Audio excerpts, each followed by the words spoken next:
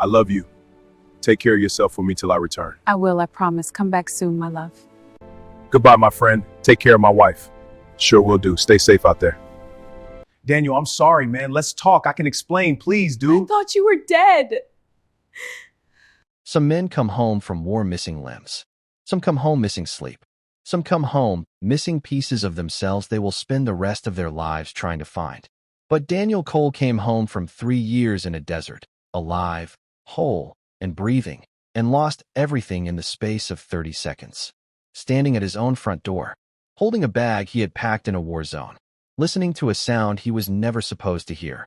And what he did next, not in anger, not in revenge, but in the quiet, devastating calm of a man who had already survived the worst the world could throw at him, is the reason you are about to spend the next 1 hour unable to look away.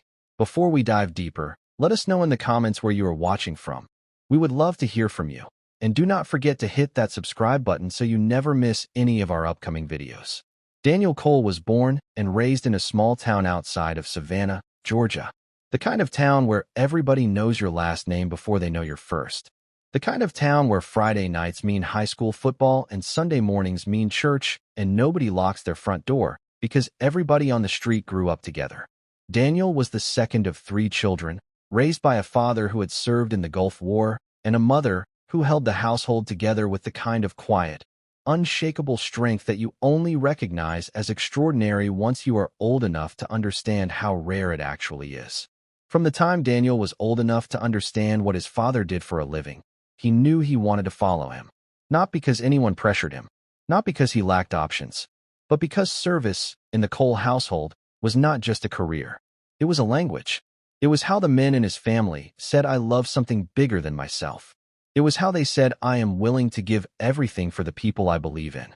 And Daniel Cole, from a very young age, believed in a great many things. He believed in his country. He believed in his community. He believed in the unbreakable bond between men who stand side by side in the worst moments imaginable.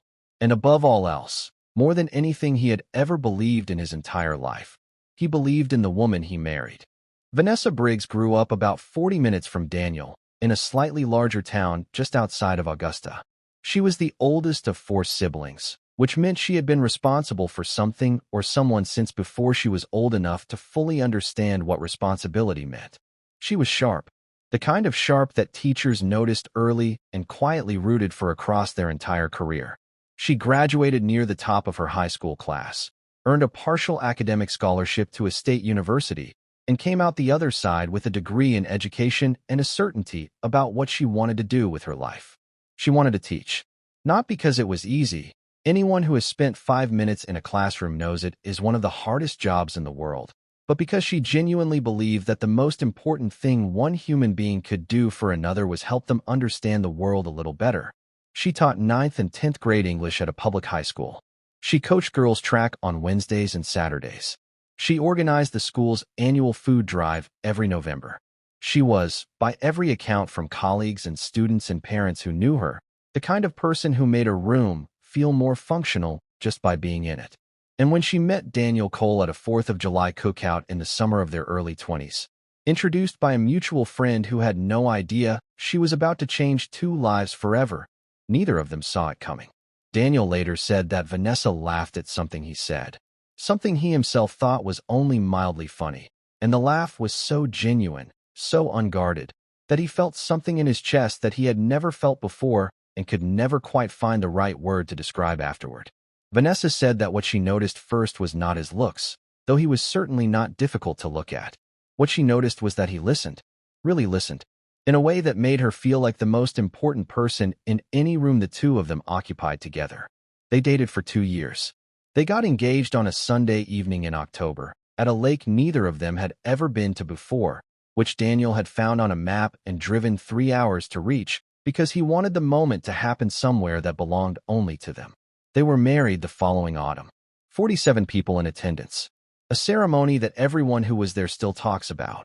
Not because it was extravagant, because it wasn't, but because the 2 of them looked at each other during the vows with the kind of certainty that makes cynics quiet for a moment. And the man who stood at Daniel's side that day, as his best man, the man who gave a speech that reportedly made more than half the room reach for their napkins, was Trevor Walsh. Trevor Walsh is the third point in this triangle. And if you're going to understand this story, truly understand it, not just react to it, you have to understand Trevor the way the people who loved him understood him before everything changed. Trevor and Daniel had met during basic training. 11 years before the day this story reaches its worst moment, two young men from different parts of the South found themselves assigned to the same unit, sleeping in adjacent bunks, learning that trust is not something you decide to give, but something that gets forged under pressure, whether you intend it or not. Trevor was from Tennessee. He had grown up with his grandmother after his parents separated when he was 9, and his grandmother, a woman he described in letters as the toughest and most loving person he had ever known, had raised him with a fierceness about loyalty that shaped everything he became. Trevor was the kind of person who remembered your coffee order after meeting you once. He remembered birthdays. He showed up when things got bad. He had a laugh that arrived before the joke did and stayed long after it ended. And it was the kind of laugh that made other people laugh just by being in the same room with it. Daniel and Trevor served 2 tours together before the deployment that changed everything. On their second deployment, Trevor pulled Daniel out of a burning military vehicle after an IED detonation on a road that was supposed to be clear. Daniel sustained burns on his left arm and partial hearing loss in one ear, but he was alive because Trevor went back into the fire. And on the same deployment, less than 4 months later, Daniel stepped between Trevor and a threat during a nighttime raid gone catastrophically wrong, and took a fragment to the shoulder that was, according to medical personnel on scene, approximately 3 inches from his brachial artery. These were not men who had a casual friendship. These were men who had spent their own blood for each other. Men who used the word brother not as a figure of speech, but as a statement of biological fact. And when Daniel shipped out for his third deployment, a 36-month assignment under classified operational orders, it was Trevor he asked to keep an eye on Vanessa. Not a neighbor, not a family member. Trevor. Because there was no one on earth Daniel Cole trusted more. In March of the year this story begins, Daniel Cole boarded a military transport with his unit and left the country. The original orders were for 18 months. 18 months turned into 36 through a combination of operational extensions, classified mission requirements, and the kind of bureaucratic inertia that the military generates with remarkable efficiency and that individual soldiers have approximately zero power to contest. Communication from the forward operating zone, where Daniel's unit was stationed, was sporadic at best. There were weeks, sometimes stretching toward a month, where Vanessa would hear nothing. No call, no letter, no confirmation that the person she had built her entire adult life around was still breathing. And in the gaps between those communications, Vanessa did what she had always done when things got hard. She worked. She taught. She coached. She kept the house in order. She wrote Daniel letters that she was never entirely sure were reaching him, filling them with the mundane details of daily life. The neighbor's dog who kept escaping, the crack in the kitchen ceiling she couldn't decide what to do about, the student in her third period class who had started to come alive on the page in a way that made her heart feel full, because she believed, and had read, that soldiers in the field needed to be tethered to the texture of ordinary life. They needed to remember what they were fighting toward. She was trying to give him something to hold on to. What Vanessa did not fully communicate in those letters, and what she has since said was one of the central failures of their marriage, not the only failure, but a significant one, was how profoundly alone she was. Not lonely in the way that gets fixed by having dinner with a friend or calling your sister. Alone in the deep, structural, weight-bearing sense. The kind of alone where you wake up at 3 in the morning and the silence in the house is so complete it feels like a presence. The kind of alone where you stop cooking real meals because cooking for one person in a kitchen designed for 2 starts to feel like a punishment. The kind of alone that, if left unaddressed long enough, begins to reshape a person in ways they do not fully recognize until later. Trevor Walsh began coming around about 3 months into the deployment. He had made the same promise to Daniel that Daniel had asked him to make. Look in on Vanessa, make sure she is okay, be there if something goes wrong. And Trevor, who took promises seriously in the way that people do when they have spent enough time in situations where breaking your word gets people killed, honored that promise. He came by on a Saturday in June to fix a section of fence along the back of the property that Daniel had been meaning to get to before he left. He stayed for dinner because Vanessa insisted, and because, as he later admitted, He had nowhere particular to be. He came back 2 weeks later when Vanessa's car broke down on the way to school, and she needed someone to drive it to the mechanic and follow her home. He helped her file her taxes in September because Daniel had always handled them, and Vanessa, brilliant as she was, found the process bewildering. He sat with her at Thanksgiving when her family was 3 states away, and the holiday would have otherwise been Vanessa alone at a table set for one. And in each of these instances, at least in the beginning, there was nothing there that any reasonable observer would have flagged. He was fulfilling a responsibility. He was honoring a promise. He was being the kind of person he had always been to the people he loved. But somewhere in those months, and the precise timeline is something that even the people involved describe with different details, which itself tells you something about how disorienting the whole experience was, something began to shift. Vanessa has said that the shift happened gradually enough that she did not recognize it for what it was until it had already become something she could not undo. She described it later as the experience of being very cold for a very long time, and then feeling something warm nearby, and moving toward it without fully deciding to. She was not excusing herself. She was trying to explain the texture of how it happened, which is not the same thing. Trevor has said even less publicly, but in a letter he wrote to Daniel after everything came out, a letter whose contents Daniel has never fully disclosed, Trevor apparently described the experience as the worst thing he had ever done, in a life that had included watching people die in front of him, and said that he knew, at a certain point, exactly what he was doing and made the choice anyway. That self-awareness, the fact that he did not deceive himself about the nature of his choices, is one of the details that makes this story so much harder to reduce to something simple. He knew. He chose. And he has never tried to pretend otherwise. By month 9 of Daniel's deployment, Trevor Walsh was no longer just checking in on Vanessa. By month 12, he had a key to the house. And by month 14, a month that will become deeply significant as this story continues, the two of them were navigating something that neither had planned for and neither knew how to stop. The community they lived in was small enough that rumors have a short travel time. By the time Daniel was approaching the midpoint of his deployment, there were people in their circle who suspected something was happening. A neighbor who had noticed Trevor's truck parked outside on weekend mornings. A colleague of Vanessa's who had seen the two of them at a restaurant and felt something slightly off about the way they occupied the same space. A friend of Daniel's from his unit who had come through town on leave and reached out to Vanessa, and who described the encounter afterward as making him feel strangely uncertain, though he could not articulate exactly why. Nobody said anything. Nobody made a call. Nobody sat down with either of them and asked the direct question. And that silence, the collective decision of an entire community to look away, is something that haunts this story in ways that the more dramatic betrayals sometimes overshadow. Because in the end, Daniel Cole came home to a truth that many people around him had already half-sensed. He came home to a truth that had been allowed to grow in the dark because everyone who glimpsed it decided it was not their place to shine a light. Then came the notification. This is the detail in this story that changes everything. Or at least, it is the detail that forces you to sit with the complexity instead of settling into the comfortable outrage.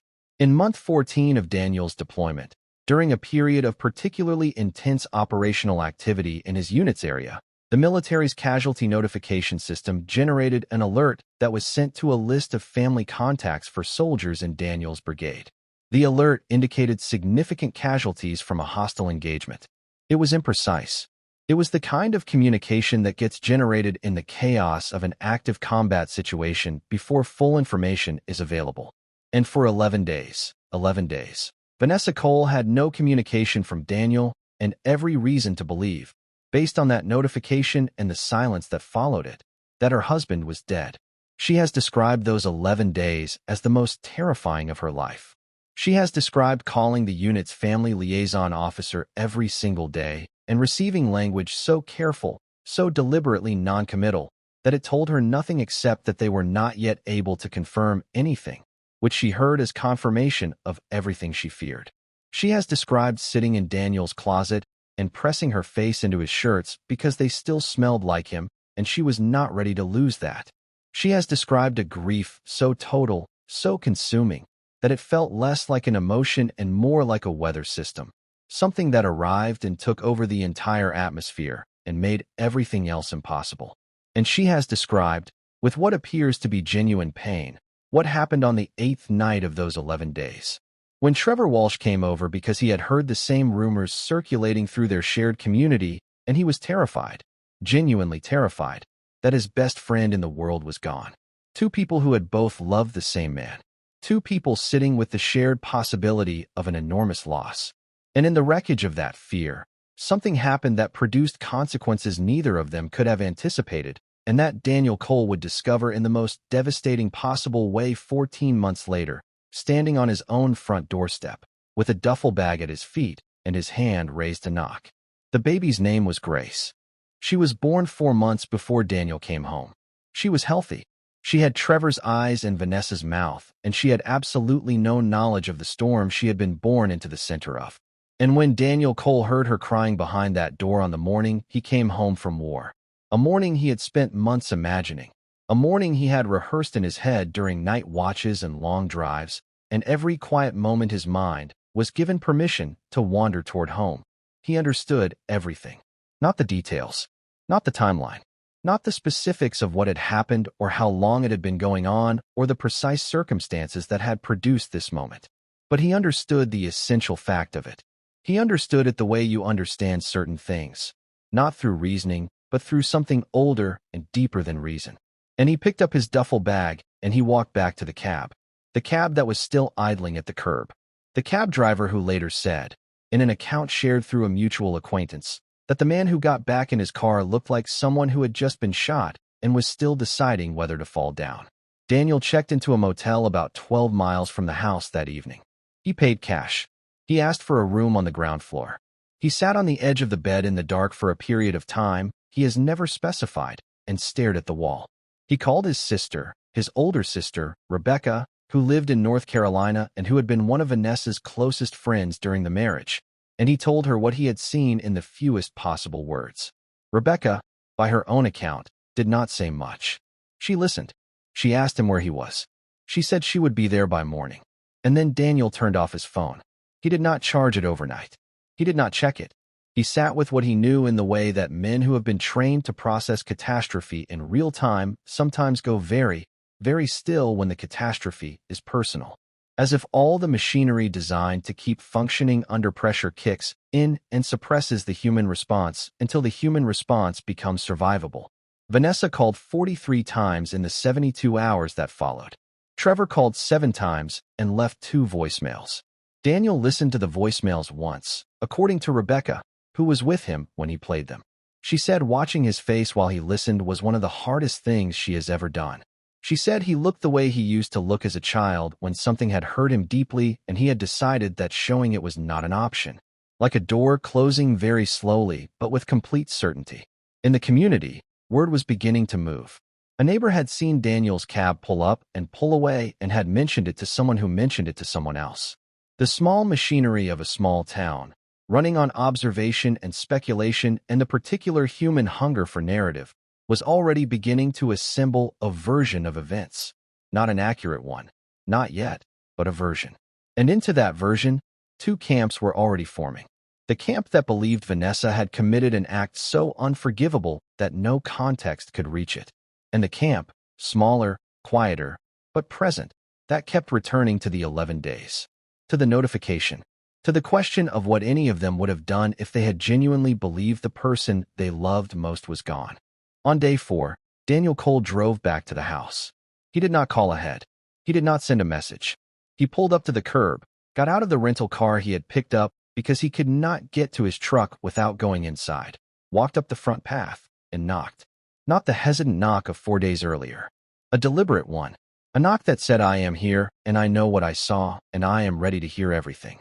Vanessa opened the door. She was alone. Trevor had left the night before, sensing with the precision of a man who had spent years reading situations correctly that his presence in that house, when Daniel came back, would make an already impossible moment worse. And Daniel and Vanessa sat down at their kitchen table, the same table where they had eaten 1,000 meals together, where Vanessa had graded papers and Daniel had filled out his deployment paperwork, and the two of them had made every ordinary decision that constitutes the architecture of a shared life. And they talked for 2 hours. By every account, there was no shouting. There was no breaking of objects. There was no performance of rage, no dramatic confrontation, none of the things that a story like this tends to produce in people's imaginations when they hear it described. What there was, instead, was something far more devastating than anger. There was honesty. Complete, unsparing, surgical honesty. Vanessa told Daniel everything. She told him when it started. She told him how. She told him about the notification. She told him about the 11 days. She told him that she had fallen in love with Trevor, not as an excuse, not as a justification, but as a fact she was not willing to be dishonest about at this point, because the time for half-truths had long since passed. And then she told him something that Daniel has said, in the one extended interview he later agreed to give, hit him harder than anything else that was said in that entire 2 hours. She looked at him across the table, across all the debris of everything they had built together, and she said, simply and quietly, that she had believed he was dead, and that everything that happened afterward happened inside that belief. Daniel sat with that for a long time. He did not respond immediately. He looked at his hands on the table. He looked out the window at the backyard where the section of fence Trevor had repaired was still standing. And then he asked one question. He asked, "When did you find out I was alive?" And Vanessa told him. 11 days after the notification, she had received confirmation that Daniel was alive and uninjured. She had spent 4 days in a state of relief, so overwhelming it was almost indistinguishable from collapse.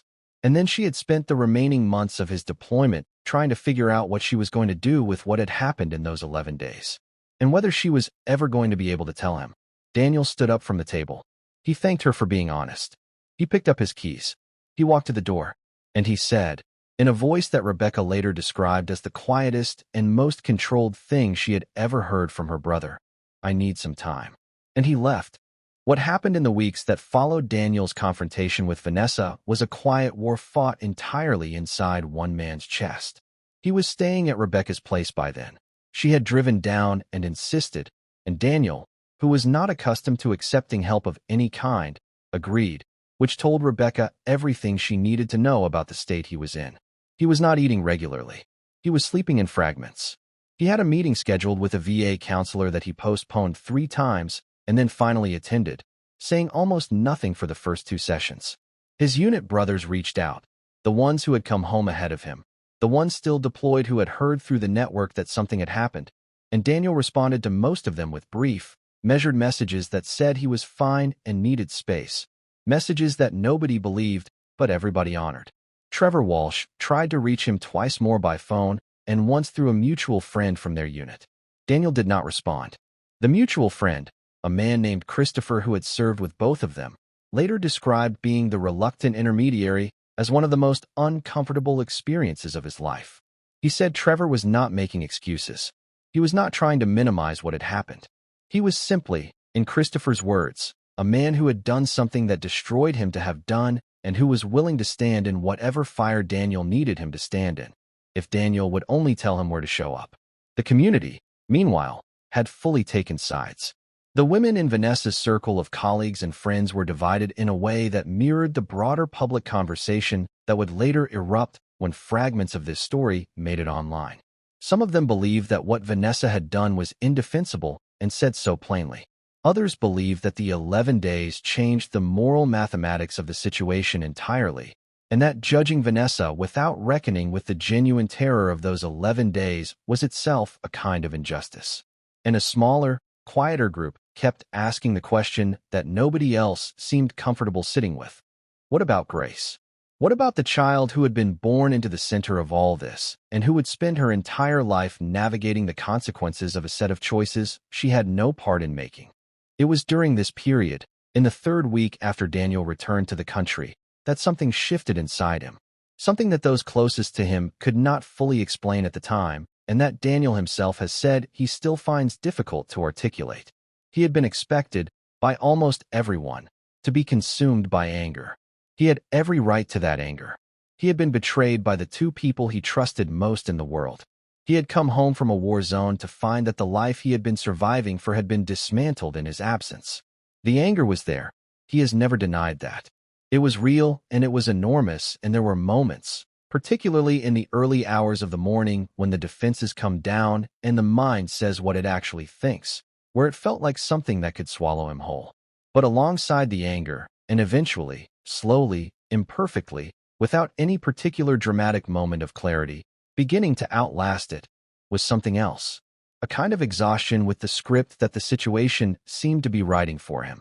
A recognition that if he followed the path that everyone seemed to expect of him, the fury, the public confrontation, the drawn-out legal battle, the years of bitterness, he would be giving the worst moment of his life the power to define every moment that came after it. And Daniel Cole, who had spent 3 years in a war zone learning the difference between the battles worth fighting and the ones that would only produce more casualties, made a decision. He called a lawyer, and he filed for divorce. And then, and this is where the story takes a turn that nobody in his life saw coming, he did something else. Something that would eventually reach people far beyond his community and produce a conversation that, depending on who you ask, was either the most remarkable thing he had ever done or the most baffling. Daniel Cole filed for an uncontested divorce. That part, as I said, surprised nobody. What surprised everyone, his attorney included, who has since said in a professional capacity that she had never encountered anything like it in over 2 decades of family law, was the document he submitted alongside the divorce filing. A 3-page handwritten statement, notarized and witnessed, containing a set of specific requests that he was asking to be incorporated into the terms of the separation. Request number 1, that the divorce be processed without a public hearing and that both parties agree to keep the details of the settlement private. Not for his protection, he was explicit about this, but for Vanessa's, because he understood that the community they lived in was already talking, and a public hearing would turn the worst chapter of her life into entertainment. Request number 2, that Vanessa be permitted to remain in the house that Daniel had purchased with his military salary and his combat pay, and every deployment bonus he had accumulated over 3 deployments, for a period of no less than 12 months from the date of the divorce being finalized. Rent-free, mortgage covered, utilities included, with the explicit understanding that this was not reconciliation, not negotiation, and not forgiveness. It was an acknowledgement that a woman with a newborn child should not be forced to move in the immediate aftermath of a legal proceeding, regardless of the circumstances that produced that proceeding.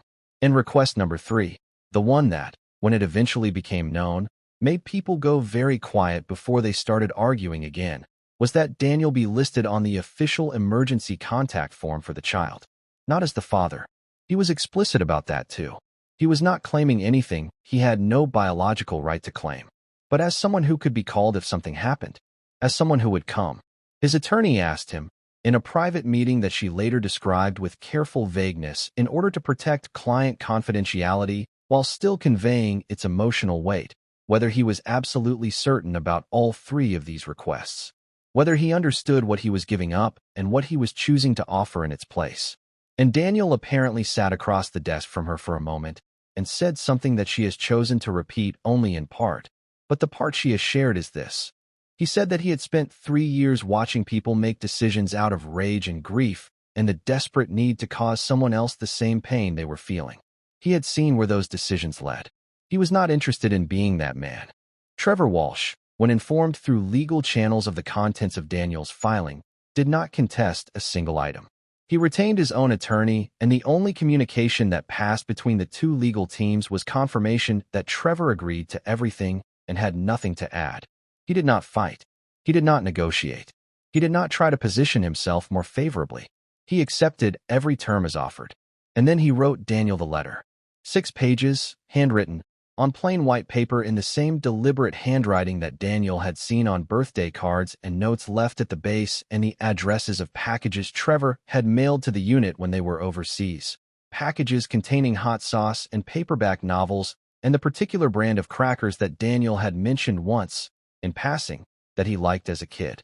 The letter, which Daniel has read publicly from only twice and only in fragments, contained a full account of Trevor's understanding of what he had done and why it was wrong. Not the external circumstances, not the loneliness or the grief or the genuine terror of those weeks when he and Vanessa had both believed Daniel was gone.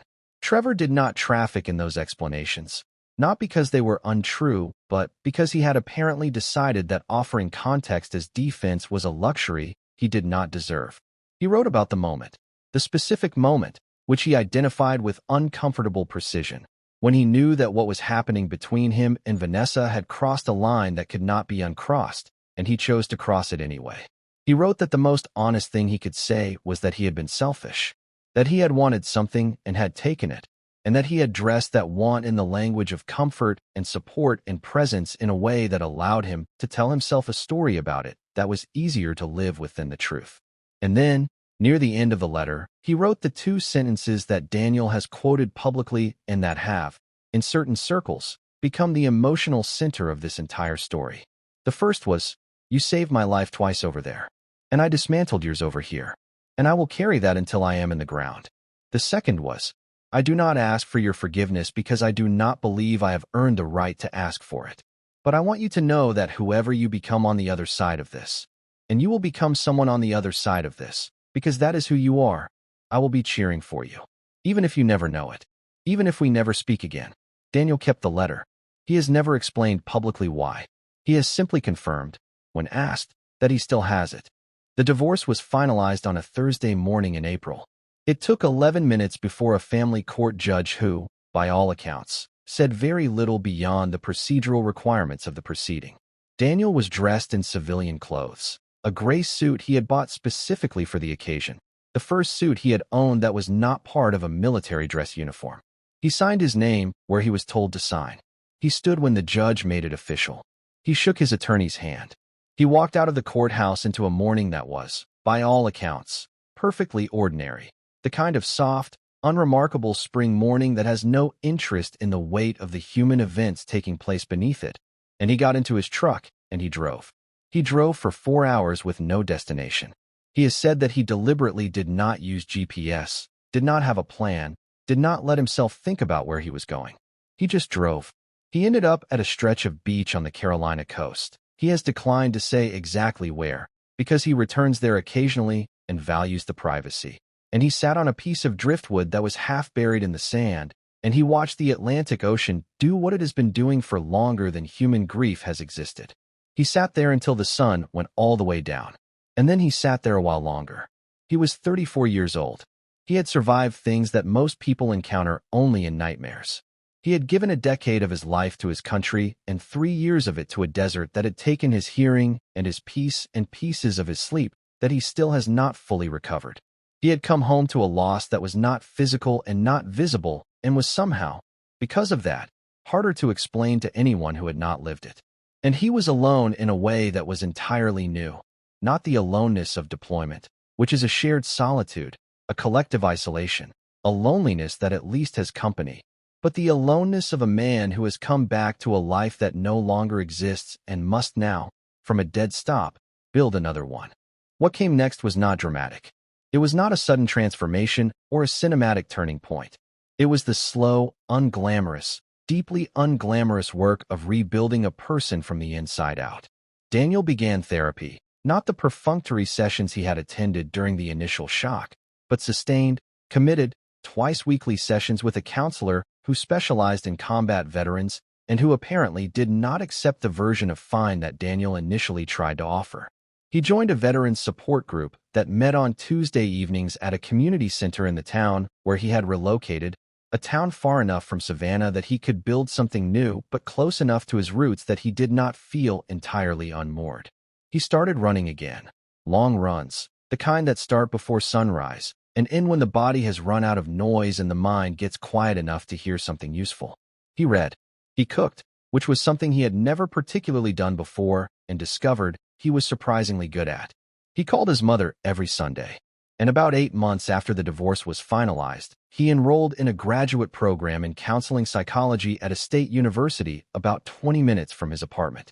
His advisor later said that Daniel came into the program with something that most students spent years trying to develop and many never fully did, a genuine, embodied understanding of what it feels like to be inside a pain that language barely reaches. He became, over the course of the next several years, a counselor who worked specifically with veterans navigating the return to civilian life. He built a practice that was, by the accounts of those who worked alongside him and those who came to him for help, exceptional. Not because he had a perfect methodology or a particularly innovative theoretical framework, but because the men and women who sat across from him recognized, in him, someone who was not performing the understanding of what they had been through, someone who had actually been there, in the dark, on the edge, and come back. Vanessa and Trevor married quietly. There was no announcement. There was no celebration large enough to feel appropriate given the shadow it was cast in. A small civil ceremony, a few close witnesses, and afterward the daily work of building a life together that had started in the worst possible circumstances and that both of them knew would always carry that knowledge. People who are close to them describe a relationship that is real and committed but complicated in the way that all things built in the aftermath of serious moral failure are complicated. There is love there. There is also, by all evidence, a persistent undertow of reckoning. Vanessa has spoken publicly, once, at a community forum on military families and the psychological toll of long deployments, about her experience of Daniel's absence and what it did to her over 3 years. She did not use the forum to excuse herself. She used it to speak about the systemic failures, the inadequacy of family support programs, the brutal inconsistency of military communication, the way that deployment notifications can generate false casualty reports that devastate families without any mechanism of accountability or support, that created the conditions for what happened in her life. She spoke about the 11 days with a specificity that made several people in the audience cry. She spoke about Grace with the complete, unguarded love of a mother who knows she cannot protect her child from the story her child was born into, but intends to make sure her child has every possible resource for navigating it. And she said something at the end of her remarks that has stayed with the people who were in that room. She said, "I have spent a long time asking whether Daniel deserved better from me. The honest answer is yes. He did. I am learning to carry that alongside the life I am building now. Not in spite of it. Alongside it. Because I believe that the truth of what I did and the truth of who I am trying to become can exist in the same person at the same time, even when that is uncomfortable for people to hear." And now we arrive at the part of this story that, when I first encountered it, made me stop reading and sit very still for a long time. 3 years after the divorce was finalized, 3 years after Daniel Cole had signed his name on a line in a courtroom and walked out into an ordinary spring morning and driven to a beach and rebuilt himself from the ground up, he received a phone call. It came to a number that very few people had. It was from a hospital in the area he had left behind. The woman on the phone was a nurse in the pediatric emergency unit. She said there had been an accident. She said the child was stable. That was the first thing she said. The child is stable. She wanted him to know that right away. She said she was calling because he was listed as an emergency contact on the child's file. She said the parents had not yet been reached, and she asked if he was available. The child's name was Grace. Daniel Cole drove 4 hours that night. He drove the same roads he had driven in the other direction 3 years earlier. On the day, he had packed everything he could fit in a truck and left. He arrived at the hospital at 11:47 in the evening. He checked in at the nurse's station. He sat in the pediatric waiting room, and he waited. He did not contact Vanessa. He did not contact Trevor. He did not know, in those hours, whether either of them had been reached yet or whether they were already on their way. He sat with other parents and grandparents and aunts and uncles in the particular compressed silence of a hospital waiting room late at night, a silence that is full of the weight of what might be happening on the other side of a set of doors, and he waited for news about a little girl he had never met, who had no idea he existed, who was the biological child of his former wife and his former best friend, and who was listed in his records as someone he had agreed to come for if she needed him. The nurse who had called him found him in the waiting room around 1 in the morning and told him that Grace was going to be fine, that she had been assessed and treated and would be discharged the following morning. Daniel nodded. He thanked the nurse. He stood up from his chair, and then he went to the nurse's station and he left a note. He did not wait to see Vanessa or Trevor, who arrived approximately 40 minutes after he left. He did not leave a phone number or an explanation or anything that required a response. The note was 3 words. It said, "She's going to be okay." He drove home in the dark. He arrived back at his apartment as the sun was coming up. He made coffee. He sat at his kitchen table. And the question that I have been sitting with ever since I first heard this story, the question I want to leave you with, is not whether what Daniel did was heroic or strange or excessive or generous or any of the other words people have used to describe it when they heard about it.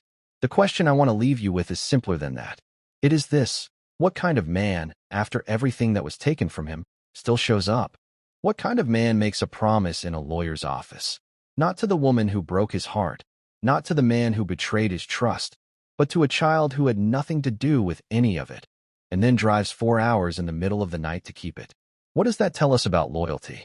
What does it tell us about the difference between the loyalty we perform in the easy moments and the loyalty that only reveals itself when everything that made it convenient is gone? Daniel Cole did not forgive easily. He has never claimed to have forgiven completely. He has been honest, in the way that only people who have done serious therapeutic work can be honest, about the fact that healing from something like this is not a destination you arrive at. It is a practice, a daily, imperfect, nonlinear practice. Some days are fine. Some days are not. Some days the anger comes back with a freshness that surprises him. Some days he is simply a man living his life, running before sunrise, cooking something decent for dinner, sitting across from a veteran who is struggling and helping them find the language for what they are carrying, and the old life feels very far away. He has said in the time since this story began to be shared, through the slow organic spread that stories like this tend to achieve when they touch something true. The hardest decision I made was not to leave. Anyone can leave. The hardest decision was to leave without burning everything down on the way out. Because I knew that everything I burned would also burn in her. And in the baby. And I had done nothing wrong, and I was not going to let my pain become their damage. That is the hardest thing I have ever done. Harder than anything over there. And I am still doing it. Every single day. And that is where I am going to leave you with this story. Not with a verdict. Not with a clean answer. Not with a villain in handcuffs or a hero with a medal and a clear conscience. Because real life does not organize itself that way. Real life gives you Daniel Cole sitting on a piece of driftwood watching the Atlantic, alone, at 34, starting over. Real life gives you Vanessa building something new inside the wreckage of something old, carrying the full weight of what she did alongside the full truth of who she is trying to be. Real life gives you Trevor Walsh living with 6 pages of truth he wrote on plain white paper and can never take back. Real life gives you a little girl named Grace who will grow up one day and want to understand the story she was born into. And real life gives you a man driving 4 hours in the dark for a child who does not know his name. What I want to know, and I want you to really think about this before you type, because I think this question deserves more than a quick reaction, is this. If you had been in Daniel's position, what would you have done? Not what should he have done. Not what the right answer is in theory. What would you, the real you, the honest you, the you that shows up at 3 in the morning when nobody is watching, actually have done? Drop it in the comments. And I want to hear from the people who think his final decision, the 3-page statement, the house, the emergency contact, all of it, was the wrong call too. Those voices matter in this conversation just as much as the ones nodding along. Before we close, I also want to ask you this. Could you have found it in yourself to understand Vanessa's 11 days? Not to excuse them, not to erase what happened afterward, but to understand the raw, terrified, grief-destroyed human being who existed inside those 11 days. Could you hold that alongside everything else? Because I think the answer to that question tells you a great deal about who you are and how you love and what you believe about the capacity of human beings to be more than one thing at once. This channel exists to tell stories like this one. Stories that do not resolve cleanly. Stories that make you feel something, and then make you think something, and then send you back to feel something again. If that is the kind of content you want more of, and I genuinely believe it is, because you made it all the way here, and that tells me everything I need to know about you, then subscribe. Hit that bell. Share this with someone who will sit with it the way you just did. And stay close.